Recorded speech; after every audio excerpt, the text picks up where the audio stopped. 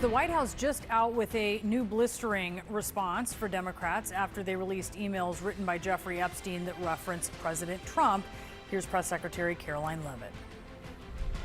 It is not a coincidence that the Democrats leaked these emails to the fake news this morning ahead of Republicans reopening the government. Why are White House officials then meeting with Representative Boebert in an effort to try and get her to not sign this petition calling for the release of the files? Doesn't it show transparency that members of the Trump administration are willing to brief members of Congress whenever they please? Doesn't that show our level of transparency? In one email from 2011, Epstein writes, quote, "The dog that hasn't barked is Trump. Redacted victim spent hours at my house with him." House Oversight Republicans earlier questioned why Democrats redacted the name, saying, quote, "It's because this victim, Virginia Giuffre, publicly said that she never witnessed wrongdoing by President Trump." We have CNN's Caitlin Collins, who is live at the White House. Caitlin, we heard Leavitt address this meeting at the White House that's expected to happen today. It does include Congresswoman Lauren Boebert. What have you learned about it?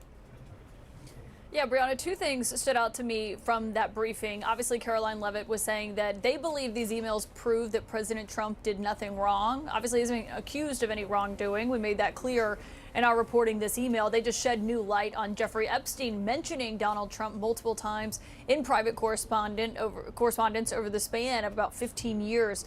They did not deny that Donald Trump spent time with Virginia Giuffre at Jeffrey Epstein's house. That is obviously what Jeffrey Epstein was insinuating in that email to Ghislaine Maxwell from April 2011. But obviously they were critical, highly critical of Democrats on the House Oversight Committee for releasing these emails that they got as a result of that bipartisan subpoena. But it was a pretty short briefing, Brianna. Obviously it was about 1:25 or so when the press secretary came out with the FBI director, Kash Patel, who gave an opening statement that was unrelated. It had to do with fentanyl and China. He left without taking questions. And then Caroline Leavitt delivered her own opening statement before taking questions. So relatively few questions in that briefing there, but obviously several of them were about these new emails from Jeffrey Epstein to Ghislaine Maxwell and to the author, Michael Wolff. And the other thing that stood out is that meeting that we exclusively reported on here at CNN, where the White House was hosting Lauren Boebert, a Republican congresswoman of Colorado, who has said, yes, she agrees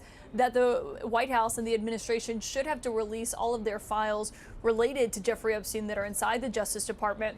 They described it kind of as a routine briefing, as you heard her saying there, about transparency, that when members of Congress want to be briefed, that they should be briefed. Let me tell you, Brianna, it is incredibly unusual for the Attorney General, the Deputy Attorney General, and the FBI Director to brief a single member of Congress.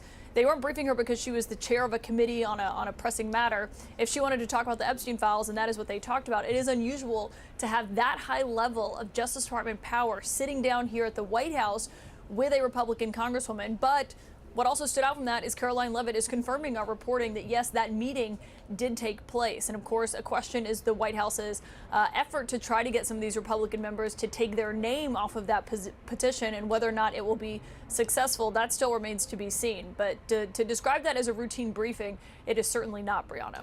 Yeah, and as you are certainly aware, because you've reported so many times on meetings, it's not unusual for when the president wants something from someone to have them to the White House for a meeting. So it's really interesting to see. That's something that certainly raises questions. Caitlin, thank you so much. Really, really appreciate it. Boris? Let's get some perspective now from Dave Ehrenberg, a former state attorney for Palm Beach County, Florida. Dave has known Attorney General Pam Bondi for many years. He worked as her drug czar in the Florida Attorney General's office.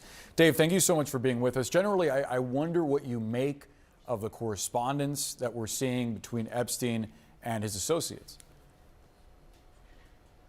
Boris, good to be with you. I think it's bad for three people in particular. First, Donald Trump, because this is a story that won't end. It's not going to end until the files are released. It's a drip, drip, drip.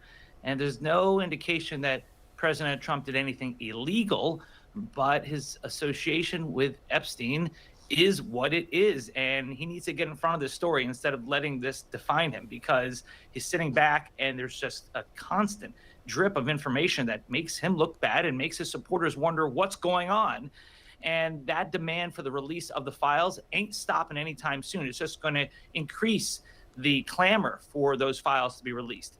Number two, it makes Ghislaine Maxwell look like the liar she is. And I don't think she's going to get that pardon or commutation of her sentence anytime soon, because she said that she doesn't remember seeing President Trump ever visiting Jeffrey Epstein at the house. Well, the emails show that she does recall that. In that email, she reminds Jeffrey Epstein she remembers that when Trump would visit Epstein at the house. And then third, Michael Wolff, who's a journalist, but it looks like he's giving free legal/PR advice to a pedophile. He needs to come clean as to what this is all about. There's one email in particular that we don't have context for, in which Epstein mentions Trump. He refers to him as the dog that hasn't barked. And notably, Republicans on the House Oversight Committee identify the person who's redacted in this note as Virginia Giuffre, who has never accused Trump of wrongdoing, but these emails show that Epstein says Trump spent hours with her at my house. I wonder just what you make of that, and the argument from Republicans that that redaction in itself is meant to imply something that Giuffre never accused Trump of. Yeah, it's correct. I do think the Republicans have a point here that the name Virginia Giuffre was redacted, but Virginia Giuffre, in her book and in public statements, has never accused Trump of anything improper, said that he didn't do anything improper. The question is whether or not they spent time at Epstein's home. That's still an open question. And also, Virginia Giuffre has had some issues in the past of credibility, which is why she wasn't called as a witness in Ghislaine Maxwell's trial. But the fact that Epstein says that Trump spent hours with Giuffre at the house tells me that there's still more that we don't know. And it is consistent with Trump saying that a reason why he broke off the friendship with Epstein is because Epstein and Ghislaine Maxwell were poaching employees from Mar-a-Lago, and Virginia Giuffre was one of them. I wonder what you think that members of the administration, including Attorney General Bondi, are presenting right now to Congresswoman Boebert, given that this discharge petition, at least as of the latest math that we've seen, appears to be on its way to passing the House. It's unlikely to get anywhere in the Senate. Very unlikely President Trump is going to sign it after being so vocal in his opposition of it. But it does put members of Congress on the record. So I wonder what you think she might be being presented with that us as members of the public may not be seeing. I'm not sure. I think it perhaps is just some information on what's in the files that have been kept from the public, perhaps giving her an insider's view because she is a swing vote there and they don't want this stuff to be released, which is a shame because when you have Kash Patel and Dan Bongino, who were campaigning for it to be released for many months, saying that there's an Epstein list and we need transparency. And then when they get to be in charge of the FBI, they're saying nothing to see here. So you have the base clamoring for the release, and Boebert is known as a MAGA stalwart, and perhaps they think that she was about to join Marjorie Taylor Greene to release the files. So they're trying to placate her, perhaps by showing, hey, there's nothing to see here, no need to release it. But Boris, I don't know if the Senate is going to resist the release of the file after all this stuff is coming out. I mean, there's going to be more and more pressure every day to release these files because this issue is never going to go away until they are given to the public. Yeah, we'll see how the Senate ultimately handles it. That is, if it winds up passing the House. We'll see how Representative Boebert reacts after this briefing. Dave Ehrenberg, thanks so much for the time. The revenge president. Donald Trump's second run in the White House isn't about policy anymore. It's about payback. Every decision feels personal. The tariffs on India aren't really about oil. They're about dominance. The insults towards Colombia's president aren't about drugs. They're about humiliation. The threat to send troops into U.S. cities isn't a show of control. It's the performance of a man trying to prove he still owns fear. Trump has turned the presidency into a revenge tour, settling old scores with the world and using government like a weapon of emotion. When Trump feels cornered, he doesn't negotiate, he strikes. His politics have always run on the fuel of resentment towards critics, toward institutions, toward anyone who ever made him look weak.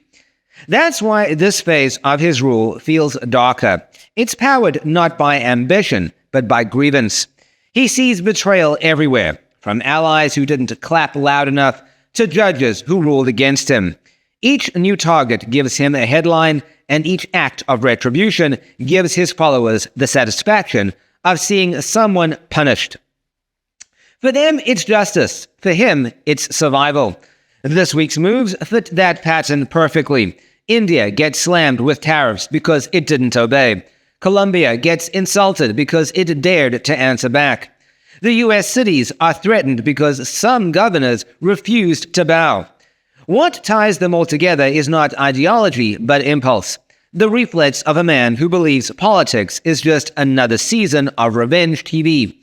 The danger is that revenge always demands escalation. Once you start punishing enemies, you have to keep finding new ones. Trump's circle grows smaller, his tone harsher, his vision narrower. Even allies begin to hesitate, unsure when the loyalty test will come for them. That's how isolation begins, not with diplomacy failing, but with trust evaporating. Trump once promised to drain the swamp. Instead, he drowned the country in his grudges. Every tweet, every threat, every tariff is just another echo of the same message. You hurt me, now I'll hurt you. That's not policy, that's pathology. And the longer it continues, the more America looks like a man chasing ghosts of the past instead of building a future.